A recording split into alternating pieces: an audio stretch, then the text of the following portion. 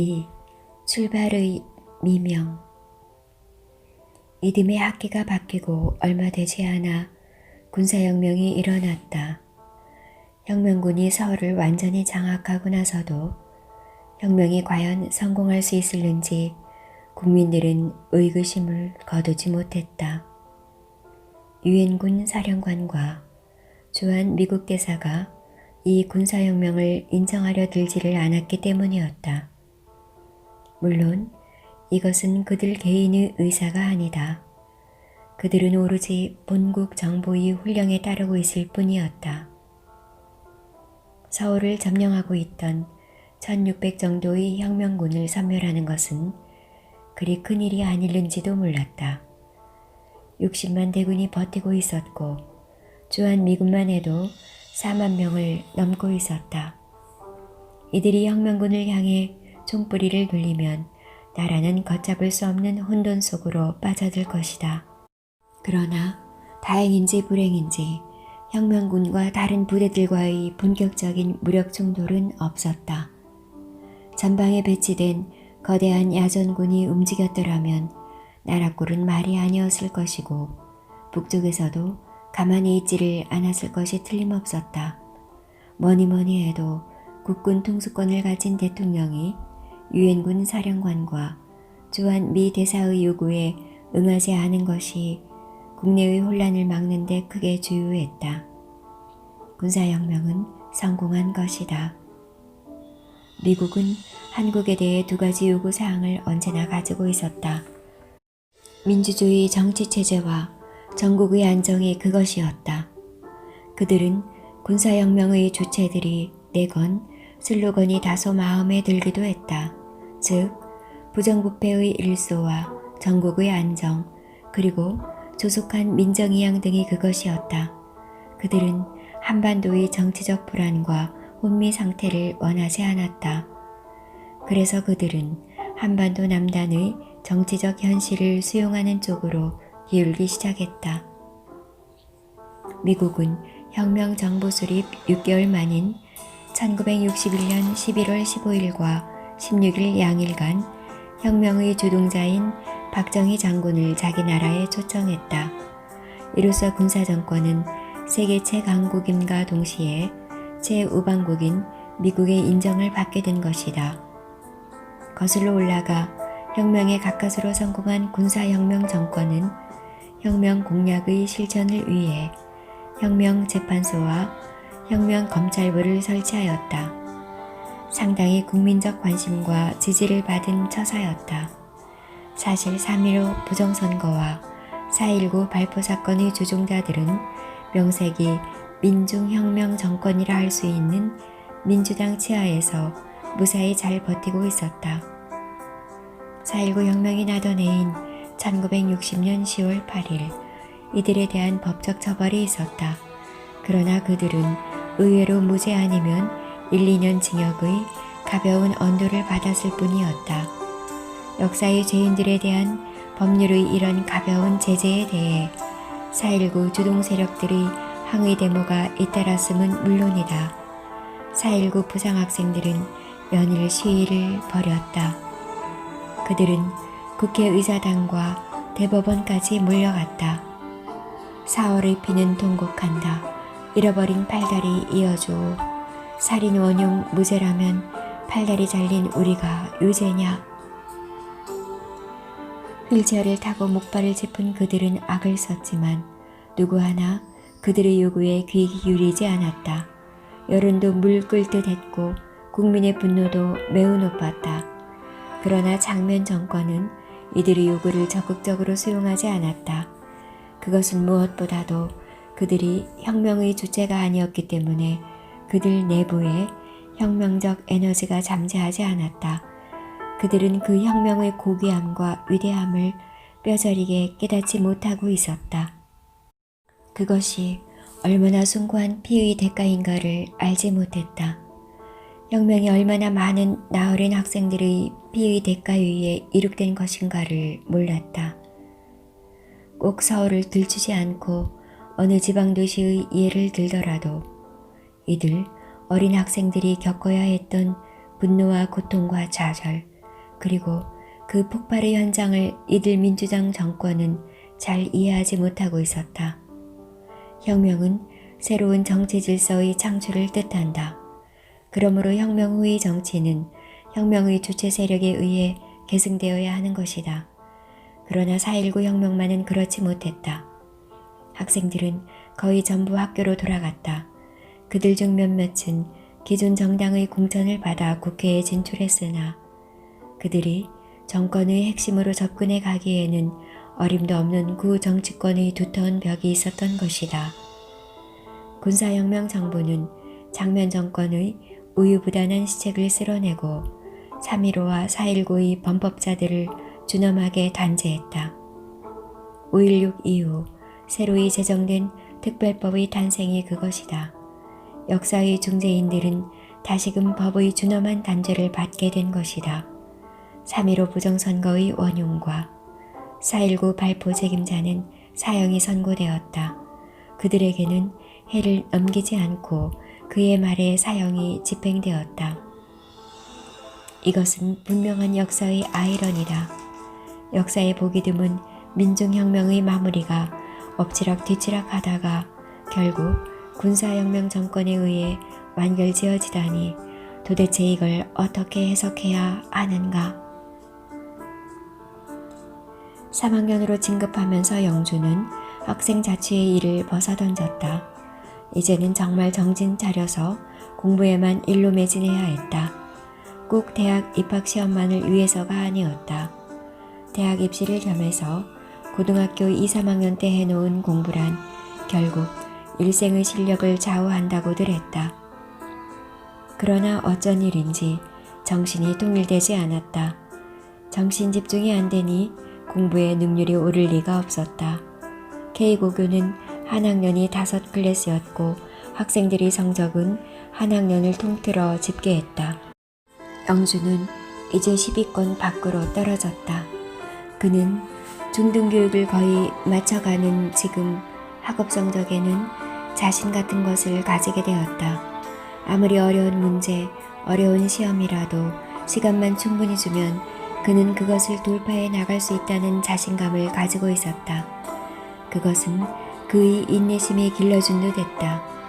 그는 책상 앞에 들러붙으면 정신없이 학업에 몰두했다. 어느 학과목의 일정 분량을 완전히 획득하지 않으면 결코 자리를 뜨지 않았다. 그러나 그의 이런 자신감도 별 신통한 효과를 내지 못했다.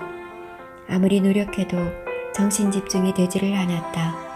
1, 2학년을 거치면서 그 숱한 정치적 사건들에 휘말려 들면서도 그는 결코 학업을 소홀히 하지 않았다. 더군다나 그는 언제나 학생 대표의 입장에서 이런 사건을 수용하지 않았던가. 고등학생의 학업 성적은 그의 대학 입시의 성공 여부를 떠나서 그의 일생이 어떻게 전개될 것인가와 상당히 밀접한 관계를 가지고 있다. 인간의 일생이 흔히들 중고등학교 시절의 학업 성적과는 무관하게 변전되어 간다고들 말하고 또한 이것은 사실일는지도 모른다. 그러나 그 중에는 이것과 깊은 관계를 맺고 일생 여기에서 헤어나지 못하면서 살아가는 사람도 드물지 않다. 뭐니 해도 이 시기는 일개인의 가장 민감한 시절에 가해지는 가장 농도 짙은 지적 훈련의 기회인 것만은 틀림없었다. 3학년을 전체적으로 볼 때 학생들의 성적은 크게 부침하였다. 1, 2학년 때까지 한 학생의 성적은 일반적으로 고정되어 있는 경향이 있다. 상위권은 항상 상위권으로만 돌고 중위권은 중위권으로, 하위권은 하위권으로만 돌았다. 그러나 3학년에 진급하면서 양상은 달라지는 것이었다. 각 학과목마다 발군이 성적을 올리는 학생들이 나타나기 시작했다. 특히 영남의 수재들이 집결한 K고교이고 보니 이런 현상은 두드러졌다. 가히 굴능할 거였다. 더욱이 영어, 수학, 국어에서는 언제나 제일 강자가 없었다. 각 과목마다 출중한 성적을 가진 학생들끼리의 부침은 어떤 스릴까지도 느끼게 했다. 학교에서는 3학년의 경우 각 과목마다 상위 10등까지의 학생 명단을 교무실 벽 칠판에다 게시했다. 학생들이 사회적 진출의 디딤돌이 되는 내년의 대학 입시에서의 분발을 촉구하기 위해서였다. 어느 틈엔가 김영준의 이름은 어떤 과목의 무슨 학생 명단에서도 찾을 길이 없게 되었다. 그를 알고 있는 교사들과 학생들은 다들 안타까워했다. 3학년까지 담임으로 따라 올라온 황태동 선생이 가정 방문을 왔다. 이것을 보면 영주는 아직껏 미성년자임에 틀림없었다. 황 선생이 오시겠다고 한 날 아버지 김연길 경위는 일찍 퇴근하여 그를 기다렸다. 어머니는 영준이 막내 동생인 영우를 출산한 후 산후가 깨끗하지 못해 여태 고생하고 있었다. 교사와 학부형은 학생의 방에서 마주 앉았다. 그들은 통성명을 하고 인사를 나누었다.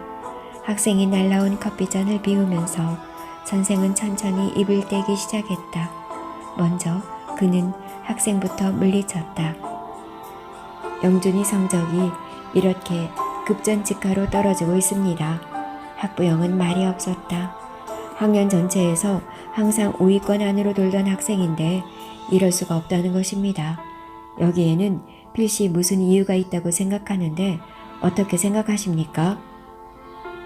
글쎄요. 모든 걸 지가 알아서 처리하는 아이라 우린 그런 줄도 모르고 있었네요.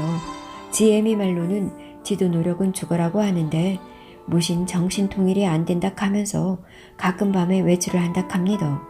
그래서 그런지도 모르겠습니다. 저야 공직에 있어 나서 도무지 아이들을 돌볼 틈이 없습니다. 이제 달이 조금 지나마 다시 성적이 오르겠지에 너무 걱정하시지 마이소. 학생의 아버지는 오히려 태평이었다. 그는 아들의 성격을 잘 알고 있었다. 아버지의 눈에 아들은 언제나 성실하고 근면하게 비쳤고 그는 아들이 계속 그러하리라고 믿고 있었던 것이다. 그 원인에 대해서 아버지로서 뭐 짚이는 것이라고는 없습니까? 글쎄요, 별로. 담임 선생님은 아무것도 알아내지 못하고 돌아갔다. 황태동 선생의 얼굴에는 짙은 우수의 그늘이 내려와 있었다. 그는 먼 눈으로 제자의 절을 받으며 대문을 나섰다. 학생의 어머니도 불편한 몸을 이끌고 마당으로 내려왔다. 두 학부형의 얼굴에도 수심의 그늘이 사려 있었다. 황태동 선생이 돌아가고 근 두어 시간이 지나서야 이모인 허점내 여인이 나타났다. 그녀는 아들의 택시를 타고 왔다. 택시에서 그녀는 국민학교 학생인 둘째 동생 영구를 데리고 내렸다. 영구는 그녀의 담임이 가정 방문을 온다고 해서 오늘 오후에 이종사촌인 정성열의 택시에 태워져 이문의 셋방에 가 있다가 온 것이었다. 영구도 작은형 영철이 나이만 한때에 조금은 낯선 기미를 보이기 시작했다. 어린 나이지만 어울리지 않게 망각이 심했고 가끔 헛소리를 하곤 했다. 영구를 이문의 집으로 잠시 데려가게 한 것은 어머니의 조처였다. 어머니는 안방에 막내 아들과 함께 몸져 누워 있었으나 그녀는 담임 선생이 왜 가정 방문을 왔는지 알고 있었다. 안타까운 마음으로야 당장 뛰쳐나가 담임 선생께 무슨 얘기를 실컷 하고 싶었지만 그녀는 자제할 수밖에 없었다. 그렇게 할 수 있는 성질이 것이 아니었다. 집에 잘 들어오지도 못하고 직장에 매여 바삐 돌아가는 남편이 무엇을 알겠는가. 그저께 오후에도 영철이가 피투성이가 되어서 대문을 두드렸다.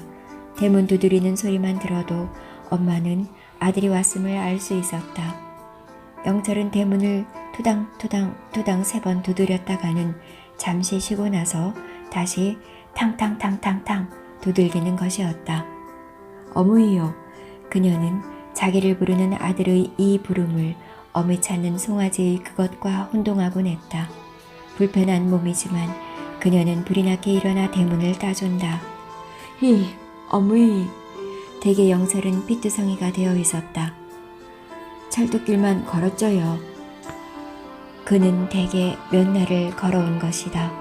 길을 잘 모르니 남향으로 난 철도길을 따라 걸어온 것이다. 그러자니 온몸이 피투성이가 될 수밖에 없을 것이었다.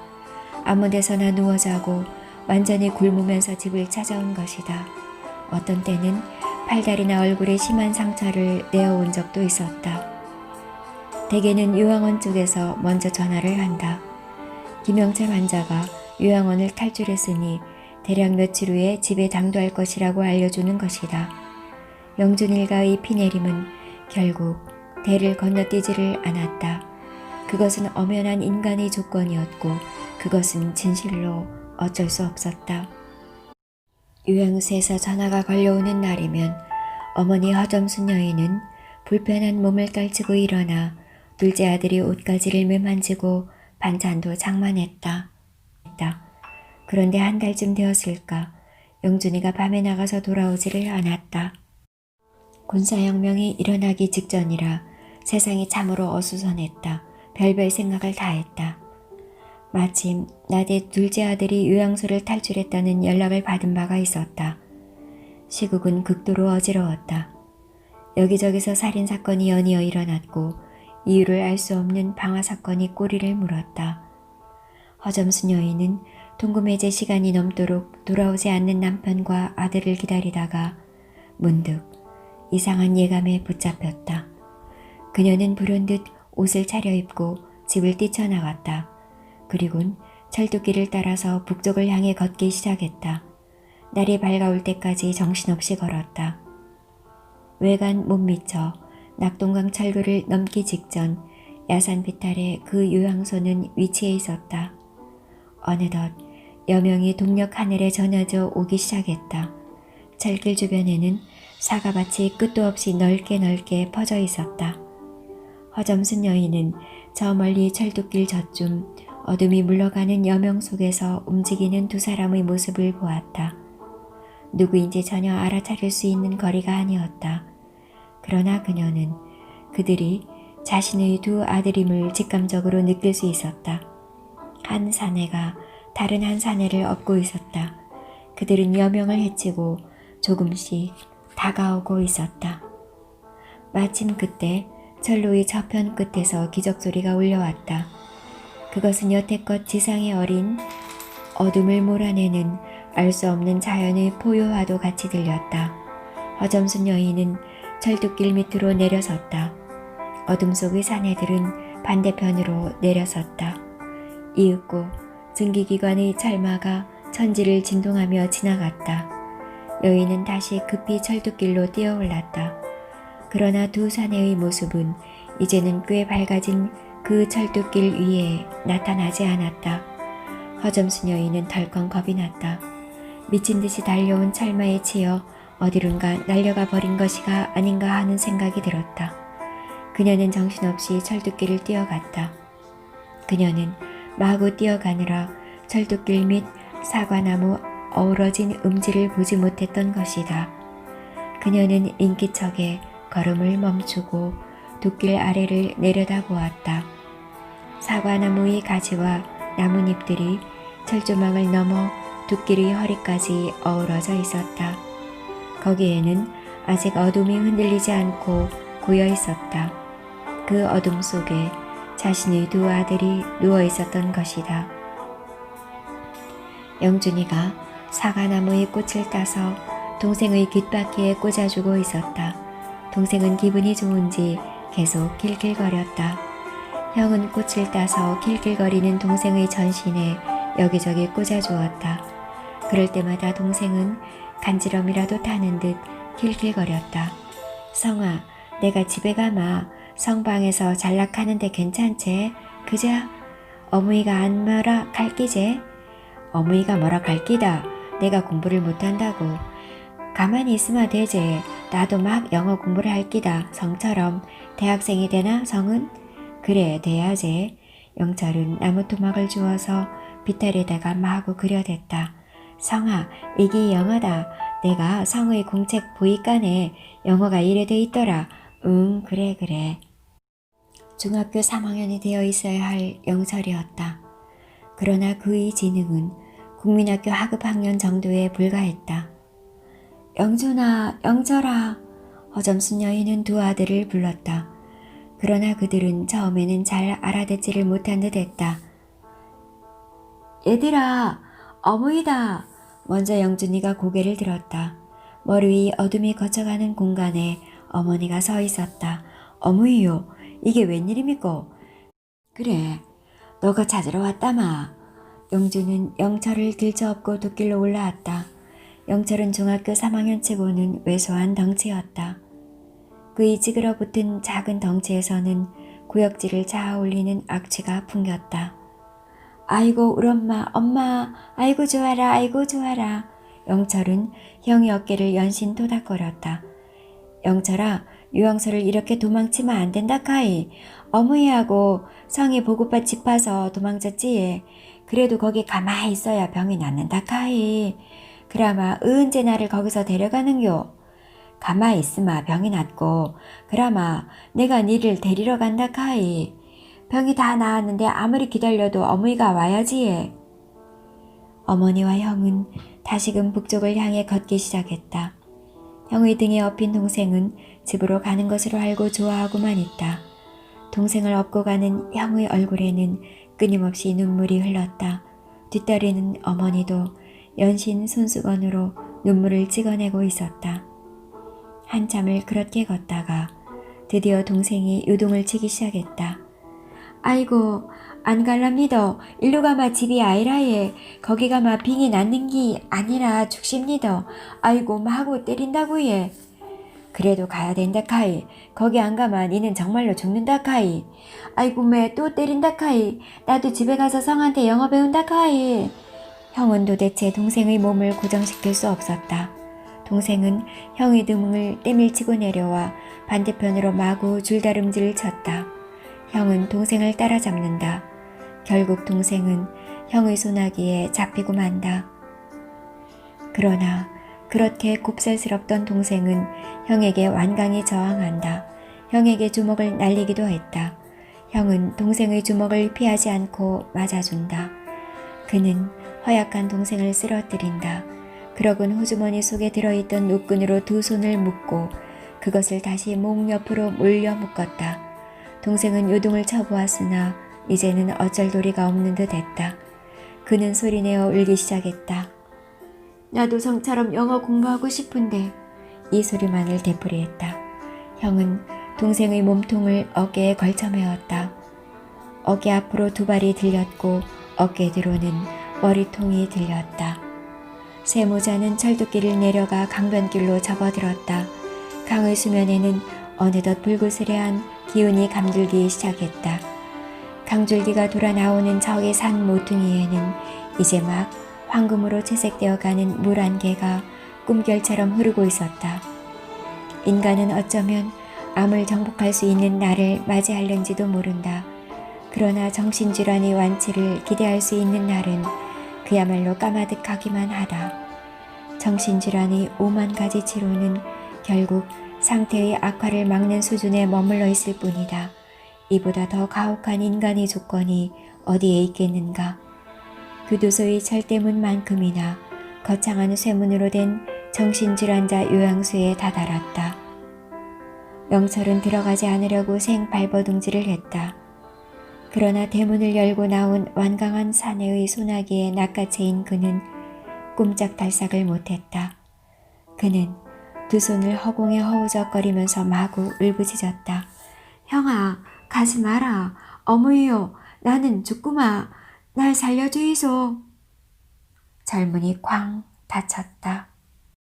그 조그만 풍신이 살려달라고 요동치는 모습을 보고 있는 형의 얼굴은 완전히 눈물로 범벅이 되어 있었다. 그는 결국 견디지 못하고 흐느꼈다. 그는 너무나 처참한 인간의 모습을 그 재신부에서 들여다보았던 것이다. 그것도 혈육지간에서가 아닌가. 게다가 어릴 때부터 고추를 맞잡고 자라나 정이 들 대로 든 친동생이 아닌가. 모자는 눈물을 뿌리고 돌아섰다. 금호강은 붉게 빛나고 있었다. 아니, 붉게 흐르는 물 한 개 속에 파묻혀 있었다. 늙고 병약한 조그만 여인의 몸뚱이 와들와들 떨렸다. 아들은 어머니의 손과 어깨를 붙잡아 주었다. 그녀는 기구한 운명의 여인임에 틀림없었다.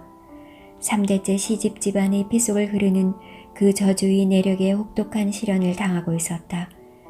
그래서 그녀의 일생은 가시밭길일 수밖에 없었다. 자신의 직접적인 자손에게만큼은 그런 피의 내력이 정말로 흐르지 말아줬으면 하고 얼마나 빌었던가. 그러나 그것은 어김이 없었다. 그것은 너무나 엄청난 현실로 눈앞에 나타났다. 영주는 어머니의 팔을 꼭 잡아주었다. 붉게 채색되어 흐르는 물 안개며 강의 수면이 왠지 알 수 없는 슬픔이 되어 자신의 가슴으로 흘러들었다. 그는 인간과 인생이란 것에 자신을 잃었다. 그는 이 거대한 인간의 조건 앞에 엎드린 조그만 어린아이에 불과했다. 그는 어리둥절했고 절망했다. 인간의 감추어진 구석은 이런 것인가 하는 생각이 꼬리를 물었다. 그는 이제 학생 신분으로서 자신의 모습을 눈여겨볼 심적인 여유가 없었다.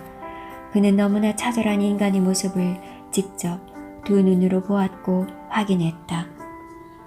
고등학생은 고등학생다워야 한다. 대학 입시와 그것을 위한 교과서와 참고서만이 눈에 띄어야 하는 것이다. 그것이 가장 바람직한 고등학생의 현실이다. 이 현실을 벗어나면 17, 8, 9세에 처해 있는 이 땅의 어느 젊은이도 허공을 날거나 땅바닥을 기게 되는 것이다. 그는 절대로 탄탄한 대로를 정상적으로 걷거나 달릴 수 없게 된다. 영주는 요사이 뒷집 새방의 윤필구 학생과 단짝이 되었다. 필구는 그의 형 말대로 정상적인 병원 치료를 받지 못하고 약방에서 항생제를 사 먹는 등 자가 치료를 하고 있었다.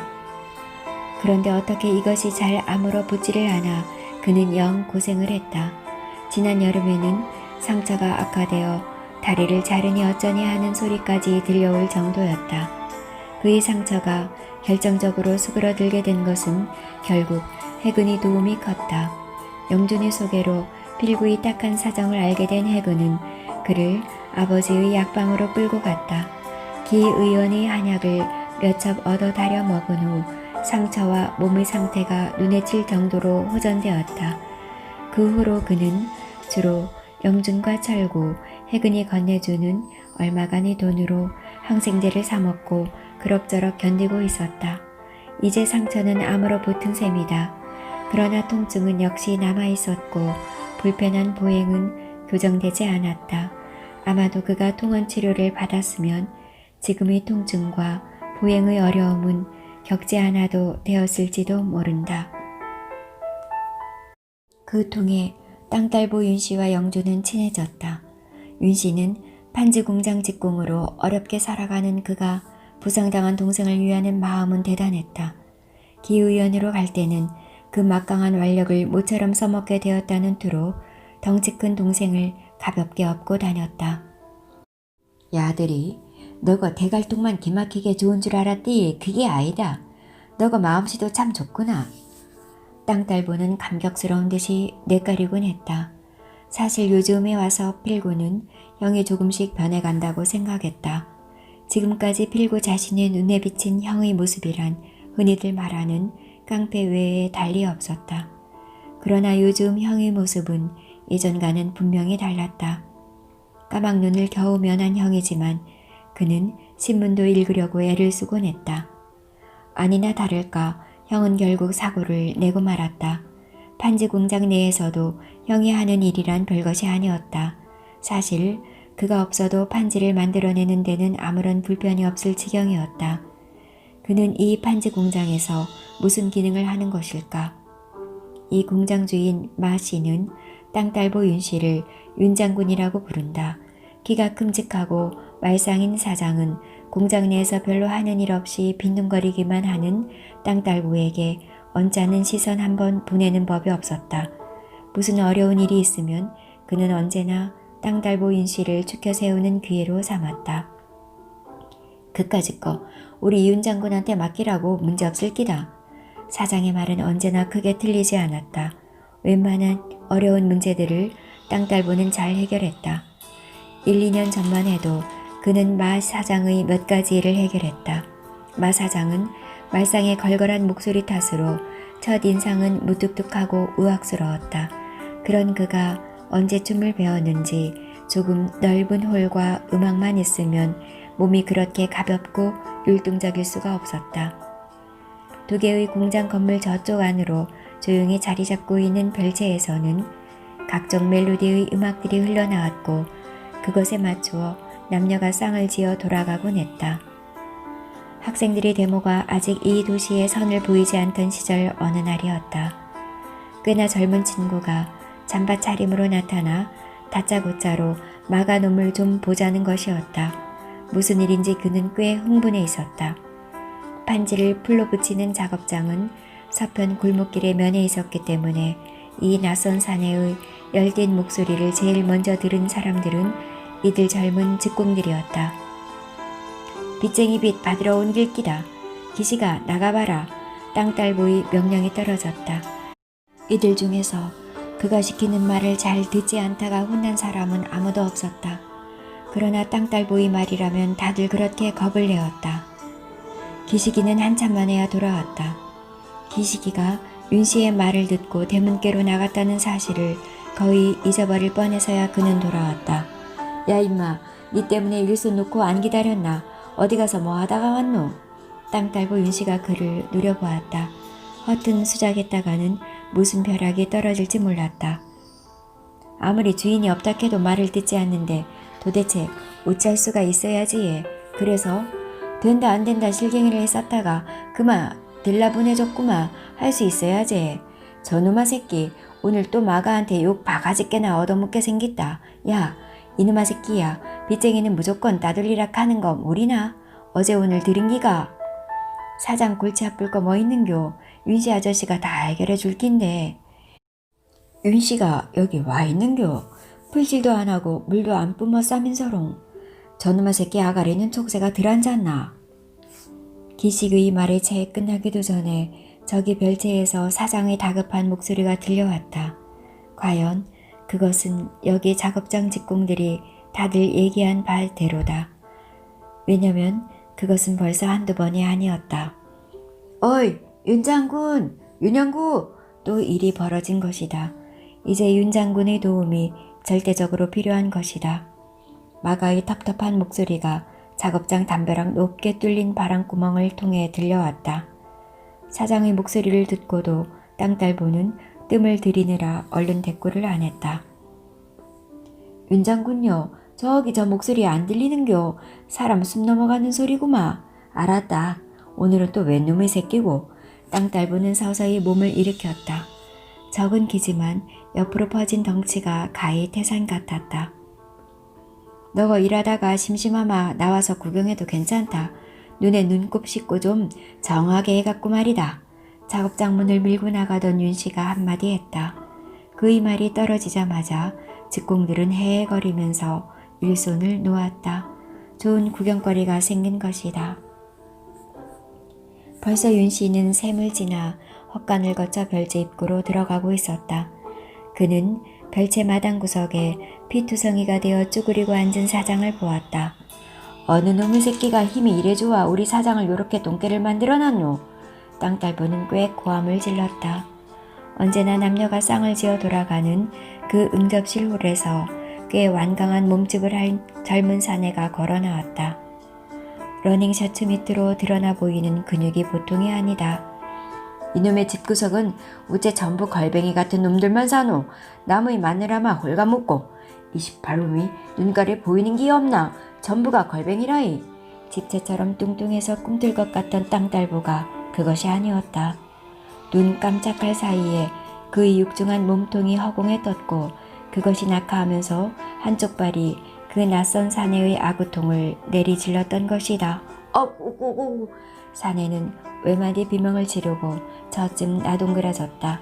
불의 일격을 물리치지 못한 것이다.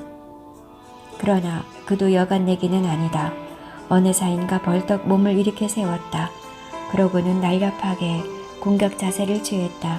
그는 훌렁 우통을 벗어 던졌다. 떡 벌어진 어깨에 잘 발달한 근육형 상체가 드러났다. 몇 번 가늠을 하던 그의 몸이 허공에 떴다. 그러나 땅딸보는 그것을 피하지 않았다. 가해지는 발길질을 자신의 복부에 허용한 땅딸보는 거칠고 민첩하게 발목을 낚아챘다. 그러고는 사내의 몸통을 우악스럽게 구겨버렸다. 우지직 소리가 들렸다.